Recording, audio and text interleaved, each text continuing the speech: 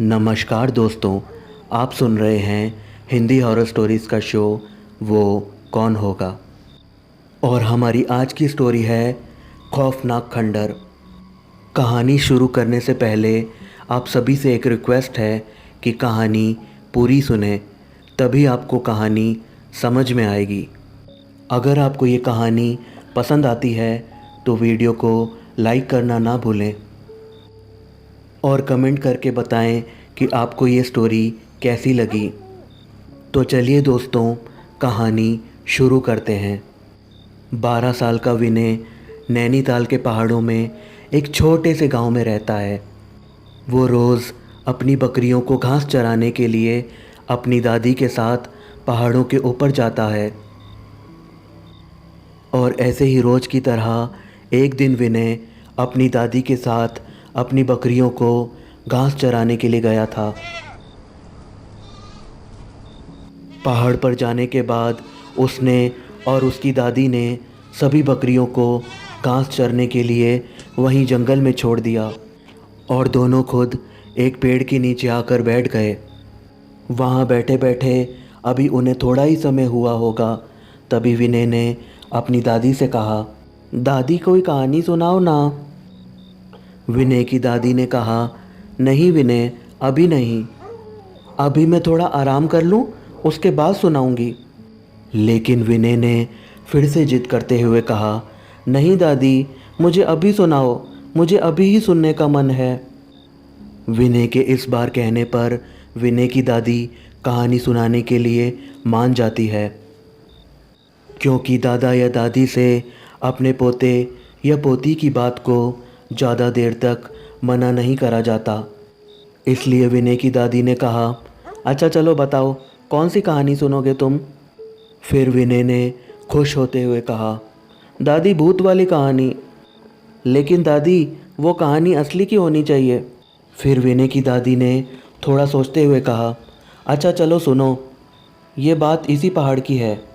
इस पहाड़ के ऊपर जो वो पुराना खंडर है ना, उसकी बात है। तभी अपनी दादी की बात को बीच में ही काटते हुए विनय ने कहा, पर दादी वो खंडर किसने बनवाया है। इस पर विनय की दादी ने कहा, ये तो पता नहीं बेटा, पर कहते हैं वो खंडर लगभग 200 साल पुराना है। और लोग ये भी कहते हैं कि उस खंडर में पहले एक परिवार रहा करता था, लेकिन एक दिन पता नहीं कैसे उनके घर में आग लग गई और उस घर के सब लोग जलकर मर गए। तभी विनय ने अपनी दादी को फिर से टोका और कहा, पर दादी उस घर में आग कैसे लगी थी। इस पर विनय की दादी ने कहा, अरे बताती हूँ, तू मुझे बोलने ही कहाँ देता है। विनय ने कहा, चलो दादी, मैं अब पक्का बीच में कुछ नहीं बोलूँगा। फिर विनय की दादी हल्का सा मुस्कुराई और कहा, बेटा ये भी नहीं पता, मगर कुछ लोग कहते हैं कि किसी ने रात में उस घर में आग लगा दी और दरवाज़ा बाहर से बंद कर दिया ताकि कोई वहाँ से बाहर ना निकल पाए। उस घटना के बाद कई लोगों ने उस खंडर के पास एकदम जले हुए लोगों को घूमते हुए देखा।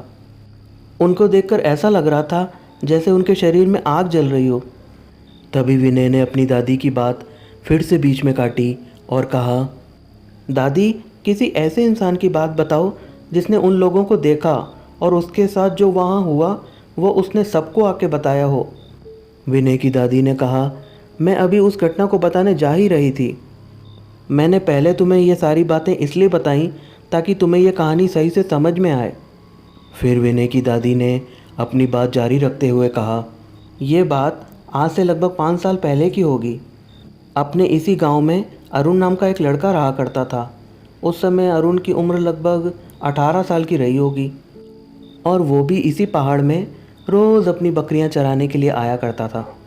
ऐसे ही एक दिन रोज़ की तरह वो अपनी बकरियों को चराने के बाद जब उन्हें घर वापस ले जाने के लिए ढूंढ रहा था तो उसे उसकी 3 बकरियां छोड़कर सारी बकरियां मिल गई।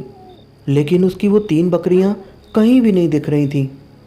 वो लगातार अपनी बकरियों को ढूंढते हुए पहाड़ के ऊपर की तरफ चला जा रहा था। तभी उसे उसकी एक बकरी दिख जाती है। वो तुरंत भागता हुआ अपनी उस बकरी के पास जाता है और वो अपनी उस बकरी को डंडे से मार के नीचे की तरफ भगा देता है। इसके बाद वो सोचता है कि उसकी एक बकरी यहाँ है तो इसका मतलब बाकी बकरियां भी यहीं पर होंगी या फिर और ऊपर की तरफ ही होंगी। यही सोचकर पहले तो अरुण अपनी बकरियों को इधर उधर जाकर ढूंढता है, लेकिन उसे जब उसकी बाकी की 2 बकरियां कहीं नहीं दिखती तो वो सीधा ऊपर की तरफ जाने लगता है। वो ऊपर की तरफ जा तो रहा था, पर उसे थोड़ा डर भी लग रहा था, क्योंकि उस खंडर के बारे में पूरे गांव को पता था कि वो खंडर कितना भयानक है। लेकिन अरुण एक निडर लड़का था, इसलिए वो बस अपनी बकरियों के लिए वहाँ जा रहा था, जहाँ जाने से पूरे गांव के लोग डरते थे। अरुण ऊपर की तरफ लगातार चला जा रहा था, लेकिन उसकी वो 2 बकरियां कहीं भी नज़र नहीं आ रही थीं। वो चलते चलते जैसे ही खंडर के पास पहुंचा तो उसे खंडर के अंदर से ऐसी आवाज़ सुनाई देने लगी जैसे कोई उस खंडर के अंदर हो और वो इधर उधर चल रहा हो। अरुण वहीं एक जगह खड़े होकर वो सारी आवाज़ें बड़े ध्यान से सुन रहा था कि कोई भी पहाड़ के इस तरफ आता तो नहीं। तो ये किसकी आवाज़ है? आवाज़ सुनकर अरुण डर तो गया था, पर वो वहाँ से भागा नहीं, क्योंकि उसे ये भी लग रहा था कि शायद इसके अंदर ही उसकी बकरियाँ हों और वो आवाज़ उनके ही चलने की हो। वो वहीं पर खड़े खड़े यही सब सोच रहा था, तभी उस खंडर के अंदर से उसकी एक बकरी बाहर आती है। अरुण जैसे ही अपनी उस बकरी को देखता है तो वो तुरंत अपनी उस बकरी के पास भागता हुआ जाता है और उसको अपनी डंडी से मारकर नीचे की तरफ भगा देता है। वो जैसे ही अपनी उस बकरी को नीचे की तरफ भगाकर पीछे घूमता है, तभी उस खंडर के अंदर से वैसी ही आवाज़ आने लगती है।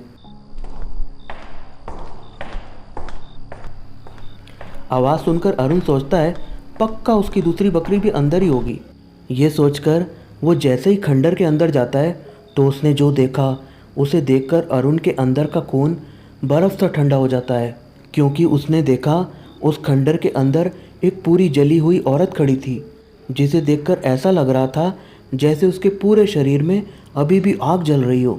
उसे देखने के बाद अरुण जैसे ही पीछे भागने को हुआ, तभी उसका पैर किसी चीज़ से टकरा गया और वो सीधा मुंह के बल नीचे ज़मीन पर बड़ी तेज़ी से गिरता है। उसके बाद अरुण जैसे ही फिर से उठा तो उसने देखा अब वो जली हुई औरत जिसके शरीर में आग जल रही थी, वो औरत अब वहाँ कहीं भी नहीं थी, पर जहाँ अभी थोड़ी ही देर पहले वो औरत खड़ी थी, अब वहाँ उसकी जगह अरुण की तीसरी बकरी खड़ी थी। पहले तो अरुण ने सोचा क्या पता वो उसका कोई वहम होगा, क्योंकि उसने भी इस खंडर के बारे में जो सुना था वही सब उसके दिमाग में चल रहा था। इसलिए वो यही सोच रहा था कि ज़रूर वो उसके दिमाग का कोई वहम ही होगा। पर अभी भी उसकी उस खंडर में जाने की हिम्मत नहीं हो रही थी, इसलिए वो जहाँ खड़ा था वहीं से अपनी बकरी को आवाज़ देकर बुलाने लगा। लेकिन हैरानी की बात तो ये थी कि उस खंडर के अंदर ना तो कोई घास थी और ना कोई झाड़ी, फिर भी वो बकरी खंडर में एक जगह पर ऐसे खड़ी थी जैसे किसी ने उसे उस जगह पर जमा दिया हो। काफ़ी देर तक अरुण ने अपनी बकरी को वहीं से आवाज़ लगाई, लेकिन शायद उसकी आवाज़ उसकी बकरी तक पहुंच नहीं पा रही थी। पर यह कैसे हो सकता है कि उसकी आवाज़ उसकी बकरी तक नहीं जा रही हो, क्योंकि अरुण अपनी बकरी से मुश्किल से 4 मीटर की दूरी पर ही होगा। उसके बाद अरुण ने फिर थोड़ी हिम्मत करी और भगवान का नाम लेकर खंडर के अंदर जाने लगा। वो जैसे जैसे खंडर के अंदर जा रहा था वैसे वैसे उसके दिल की धड़कन बढ़ती जा रही थी। उसके बाद अरुण जैसे ही अपनी बकरी के पास पहुंचा तो वो अपनी बकरी को डंडे से मारकर खंडर से बाहर भगाने की कोशिश करने लगा।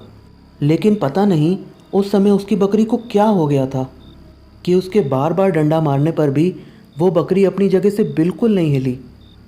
लेकिन अरुण ने तब भी हार नहीं मानी और उसके बाद अरुण ने अपना डंडा नीचे रखा और अपने दोनों हाथों से बकरी को धक्का देकर ले जाने की कोशिश करने लगा। लेकिन पूरी ताकत से धक्का देने के बाद भी वो बकरी अपनी जगह से ज़रा भी नहीं हिली। अरुण अपनी बकरी को धक्का दे ही रहा था, तभी उसे उसके पीछे से किसी के चलने की आवाज़ सुनाई देने लगी। आवाज़ सुनकर अरुण एक झटके में पीछे मुड़ा तो उसकी आंखें फटी की फटी रह गई और उसके अंदर डर का एक बवंडर सा बनने लगा, क्योंकि उसने देखा उसके एकदम पीछे एक पूरा जला हुआ आदमी खड़ा था और उस आदमी के शरीर में आग जल रही थी। अरुण ने जैसे ही उस आदमी को देखा, वो तुरंत अपनी बकरी को वहीं छोड़कर खंडर से बाहर की तरफ भागने लगा। तभी अरुण भागते भागते एक जगह रुक जाता है, क्योंकि उसने देखा खंडर के गेट के पास वही जली हुई औरत खड़ी थी और उस समय भी उस औरत के शरीर में आग जल रही थी। उसके बाद वो औरत और वो आदमी अरुण की तरफ बढ़ने लगे।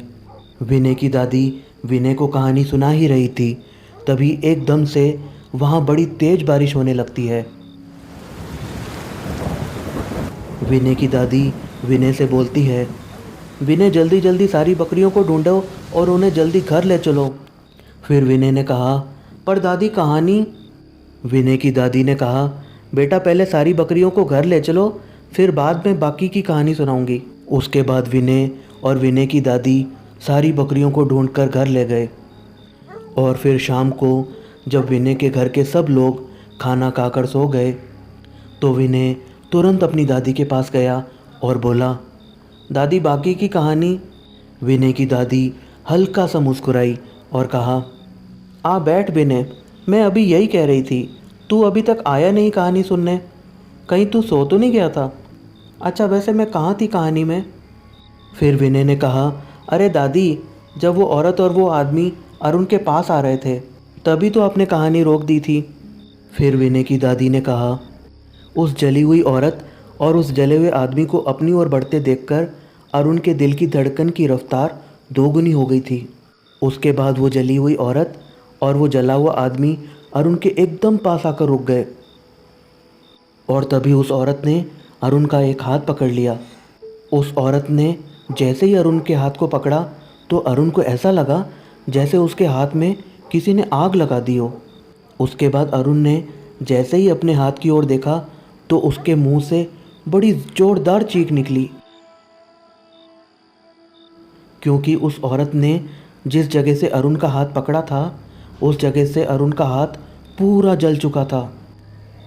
उसके बाद अरुण ने फिर से अपना सर ऊपर करके देखा, तो वो औरत और वो आदमी अब वहाँ कहीं नहीं थे। उन्हें वहाँ ना देखकर अरुण तुरंत वहाँ से अपने घर की ओर भागा। उसके बाद अरुण जैसे तैसे अपने घर पहुँचा, तो उसने सारी बात अपने घर वालों को बताई कि उसके साथ क्या हुआ। फिर विनय की दादी ने कहा, अब पता चला मैं तुम्हें वहाँ जाने से हमेशा मना क्यों करती हूँ। चलो अब बहुत रात हो गई है, जाओ अपने बिस्तर पर जाकर सो जाओ। उसके बाद विनय अपने बिस्तर पर आकर लेट गया। लेकिन वो अब यही सोच रहा था कि कल तो उसकी दादी उसके साथ बकरियां चराने जाएगी नहीं, क्योंकि कल उन्हें कहीं जाना है, लेकिन मैं तो जाऊंगा और मैं कल उस खंडर को भी देख कर आऊँगा। और यही सब सोचते हुए विनय सो जाता है। अगले दिन सुबह उठते ही विनय सबसे पहले फ्रेश होता है और फिर नाश्ता करने के बाद विनय ने सीधा जाकर अपनी बकरियां खोली और अपने घर में बताया कि वो बकरियां चराने जा रहा है। जब वो जा रहा था, तभी उसकी दादी ने पीछे से आवाज़ लगाई और कहा, विनय सुनो ज़रा। अपनी दादी की आवाज़ सुनकर विनय पीछे मुड़ा और बोला, हाँ दादी बोलिए। फिर विनय की दादी ने कहा, विनय पहाड़ के ज़्यादा ऊपर की तरफ मत जाना, जहाँ हम रोज़ बकरियां चराते हैं बस वहीं पर बकरियां चराना, ठीक है? विनय ने कहा, हाँ हाँ दादी मुझे पता है। इतना बोलकर विनय मन ही मन सोचता है, मैं आज उस खंडर को तो ज़रूर देख कर आऊँगा, कौन सा दादी को पता चल जाएगा। और उसके बाद विनय जैसे ही घर से बाहर जाने को हुआ, तभी विनय की मम्मी ने आवाज़ मारी और कहा, विनय तू संभाल तो लेगा सारी बकरियों को? फिर विनय ने कहा, अरे मम्मी अब मैं बड़ा हो गया हूँ और दादी से भी पूछ लो, अब रोज़ मैं ही बकरियाँ चराता हूँ। विनय की दादी ने थोड़ा सा मुस्कुराते हुए कहा, अरे बहू तू मेरे विनय को अभी भी छोटा समझती है क्या? अब मेरा विनय बड़ा हो गया है। उसकी दादी के इतना बोलने के बाद विनय घर से बकरियां लेकर निकल जाता है और थोड़ी ही देर में विनय वहां पहुंच जाता है जहां वो और उसकी दादी रोज़ बकरियां चराते थे। वहां पहुंचकर विनय अपनी बकरियों को वहीं चरने के लिए छोड़कर पहाड़ के ऊपर की तरफ जाने लगता है जहां वो खंडर था। चलते चलते थोड़ी ही देर में विनय पहाड़ के इतना ऊपर की तरफ आ गया था जहाँ से वो खंडर विनय को दिखने लगा था। विनय उस खंडर को देखकर बोलता है, अरे दादी सच ही कहती थी, ये खंडर तो देखने में बड़ा ही भयानक है।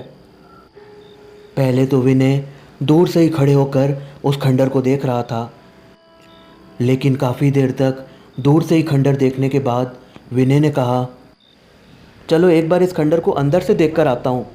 इतना बोलकर विनय उस खंडर की तरफ जाने लगता है। वो खंडर देखने में बड़ा ही पुराना और बड़ा ही भयानक लग रहा था, और देखने से ये भी लग रहा था कि कोई इस तरफ सालों से नहीं आया होगा। कहते हैं बच्चों को जो चीज़ करने के लिए मना किया जाता है, बच्चे सबसे पहले वही चीज़ करते हैं। ऐसा ही कुछ विनय के साथ था। विनय की दादी विनय को हमेशा इस तरफ आने से मना ही करती थी, लेकिन विनय को ना जाने ऐसा क्या देखने का मन कर रहा था जो वो उस खंडर में जा रहा था। विनय जैसे ही खंडर के पास पहुंचा, तभी अचानक से उस खंडर के गेट के पास एक कुत्ता आ गया और विनय को देखकर ज़ोर ज़ोर से भौंकने लगा। पहले तो विनय ये देखकर बहुत डर जाता है, लेकिन विनय रोज़ इस जंगल में आता था और उसकी दादी ने भी उसे जानवरों से बचना सिखा दिया था, और ये भी सिखा दिया था कि जानवरों को कैसे भगाएं। उसके बाद विनय ने अपने हाथ में जो डंडा लिया हुआ था, उस डंडे को हवा में घुमाने लगा, और थोड़ी देर डंडे को हवा में घुमाने के बाद विनय ने एकदम से डंडा कुत्ते के मुंह के पास लाकर रोक दिया। ये देखकर कुत्ता तुरंत वहाँ से डर के भाग जाता है। उस कुत्ते के भागते ही विनय फिर से खंडर के अंदर जाने लगता है। काश विनय उस कुत्ते के आने की वजह से वहीं से वापस नीचे चला जाता और इस खंडर के अंदर नहीं जाता। उसके बाद विनय उस खंडर के अंदर पहुंचकर खंडर के हर एक कमरे में घूमने लगता है, क्योंकि उसने देखा उसके सामने एक पूरी जली हुई औरत खड़ी थी और उस औरत के शरीर में आग जल रही थी। पूरे खंडर में घूमने के बाद विनय जैसे ही बाहर जाने लगा, तभी उसने जो देखा उसे देखकर विनय डर से पूरी तरह कांपने लगा। विनय उस औरत को देखकर एक जगह पर खड़े खड़े डर रहा था। तभी वो जली हुई औरत धीरे धीरे विनय की तरफ आने लगी। जैसे जैसे वो औरत आगे आ रही थी, वैसे वैसे विनय पीछे की तरफ होता जा रहा था। पीछे होते होते विनय दीवार से चिपक जाता है, और उसके बाद वो जली हुई औरत विनय के एकदम पास आकर खड़ी हो जाती है, और वो अपना हाथ विनय की ओर ला ही रही थी। तभी उस औरत का हाथ कोई पकड़ लेता है। विनय जैसे ही देखता है कि किसने उस औरत का हाथ पकड़ा है, तो उसने देखा एक छोटा सा लड़का, वो भी पूरा जला हुआ, और उसने उस औरत का हाथ पकड़ा हुआ था। उसे देखकर ऐसा लग रहा था जैसे वो बच्चा विनय को बचाना चाह रहा हो। थोड़ी ही देर बाद वो औरत और वो बच्चा वहाँ से गायब हो गए, और उसके बाद विनय तुरंत उस खंडर से निकलकर भाग गया, और उस घटना के बाद विनय फिर कभी उस खंडर की तरफ नहीं गया। तो ये थी आज की स्टोरी। फैसला आप खुद कीजिएगा कि वो कौन होगा।